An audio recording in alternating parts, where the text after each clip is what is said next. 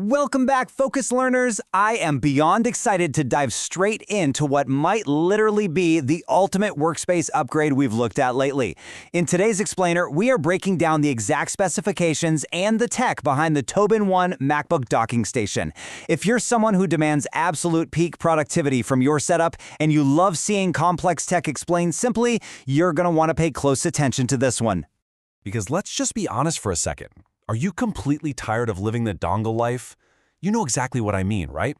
You sit down at your desk, ready to crush a major project, and immediately you're hit with the frustration of a messy workspace, a tangle of white adapter cables, and the constant realization that your sleek modern laptop just doesn't have enough ports for all your gear. It's a daily friction point that drains your focus before you even start typing. Well, think about the number 16. This isn't just some tiny incremental upgrade, folks. We are talking about a true 16-in-1 solution. Practically speaking, that means this docking station takes just two simple USB-C ports on the side of your MacBook and transforms them into a massive, centralized connectivity hub. You get 16 separate, highly functional connections, all branching out from one single clean device. All right, let's map this out. Today we're going to cover solving those port limitations, dual 4K monitor expansion, the Apple Silicon warning, which is absolutely crucial to know, power delivery, and finally, the ergonomic desk setup. So kicking things off with Section 1, Solving MacBook Port Limitations, the 16-in-2 fix. The magic here is honestly in its absolute simplicity. The Tobin 1 dock connects directly to your MacBook using just two USB-C host ports. That is the entire trade-off. You give up two of your native laptop ports, and in return, boom, you dramatically expand your productivity and completely replace that drawer full of single-use adapters. It streamlines your whole workstation in one move, getting rid of all that visual and physical clutter that just quietly bogs down your day. Moving right along to Section 2, Dual 4K Monitor Expansion, doubling your visual real estate.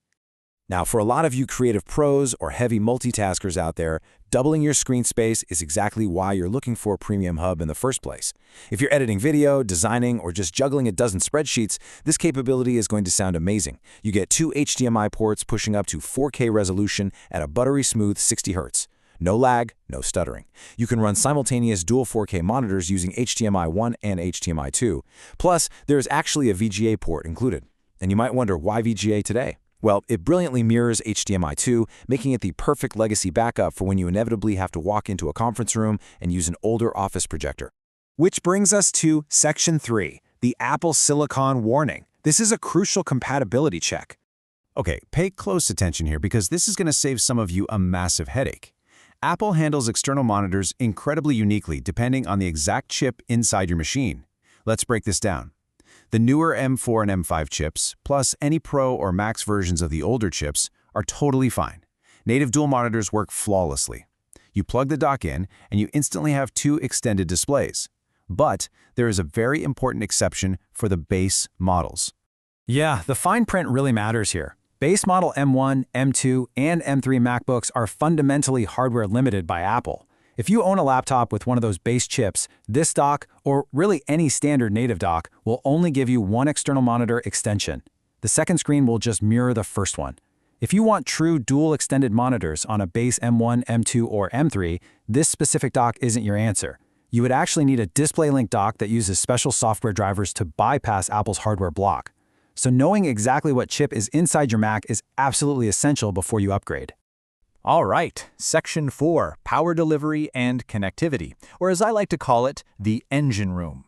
So, assuming your Mac's chip checks out, let's talk power. Running 16 ports at the exact same time requires some serious heavy lifting. Enter GaN3 technology. Basically, GaN stands for gallium nitride. It is an advanced fast-charging tech that lets the included power adapter safely and efficiently process 100 watts of input power. And the best part? It manages all that electrical flow without the dangerous, space-hogging overheating you'd get from traditional, older silicon chargers.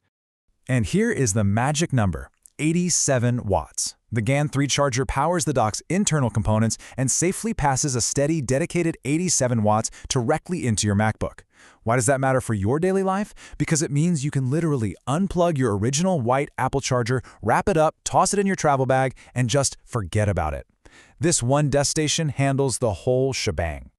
And while you're powered up, just look at the sheer volume of data this thing can move. You've got two USB 3.0 ports pushing 5 gigabits per second, which is perfect for rapidly offloading files from external SSDs. You have a dedicated USB-C data port, also humming along at 5 gigabits. Plus, you get gigabit Ethernet for that ultra-stable hardwired internet connection we all desperately need for important video calls. There's an audio jack for your headphones, and this is a real game changer for photographers and videographers.